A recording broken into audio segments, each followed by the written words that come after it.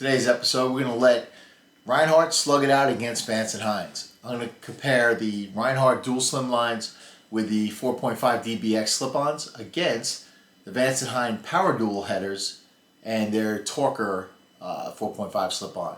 We're going to put it up to the sound test and let me know what you think. I'm going to let you know what I think because I already made up my mind. Coming up now.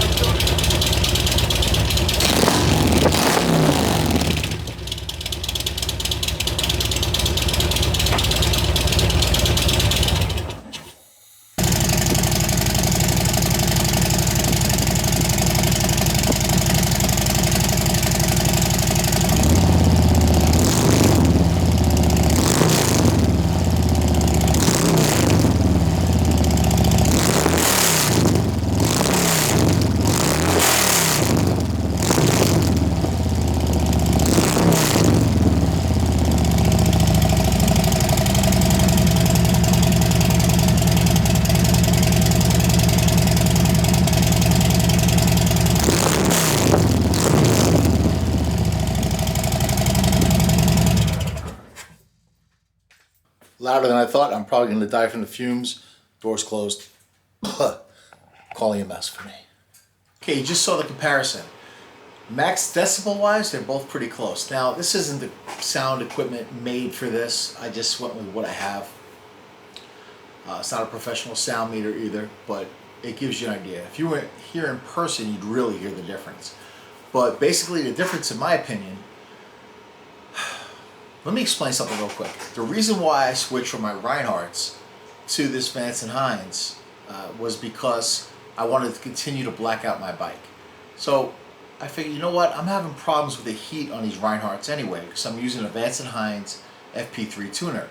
So my thinking was, let me switch it out to Vance and Hines best muffler.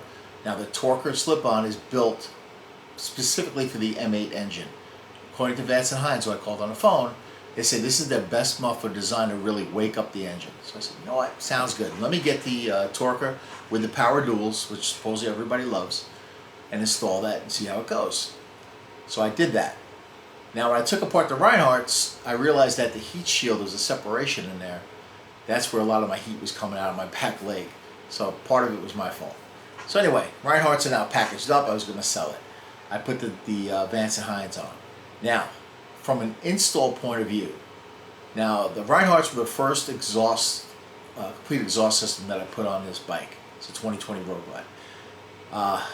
With no experience and just watching a video, I installed it like that. It was easy. It really wasn't much of a problem. Had to, play around a little bit with it, but not bad. Maybe, hour or two. When I installed this one, the Vance and Hines, holy shit! You want to talk about complicated? It does not want to go on the manifold. I had to have somebody help me hold the pipes together to try to get both of them on. I wrestled with this thing for hours. Finally got it on there. It's loud, but it doesn't have that deep growl that the Reinhart has.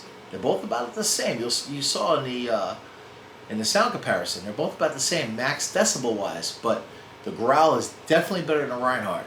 That being said, I sent my Reinhart headers to get ceramic coated, which is going to help with the heat. I'm going to make sure I put the heat shields back on properly. Some people even run their exhaust headers without heat shields once they get these ceramic coated. So I'm getting everything all blacked out, all ceramic coated. I'm going to put it back on the bike. And now these Vance and Hines, which has maybe 20 miles on it, is coming off the bike. And it'll be for sale if you're looking. So anyway, that's the story behind it. Me personally, the Reinhart blows it away as far as that growl. I really love that growl. Vance and Hines is not bad at all, but definitely a distant second to the Reinhardts, in my opinion. Take it for what it's worth. Hope you enjoyed the video. I hope it helped out maybe one or two of you in making a decision or whatever it is. More videos coming your way. Hope you enjoyed this one. Hit the like and subscribe. Let me know you're actually listening. It's good to hear. Have a good one. Ride safe.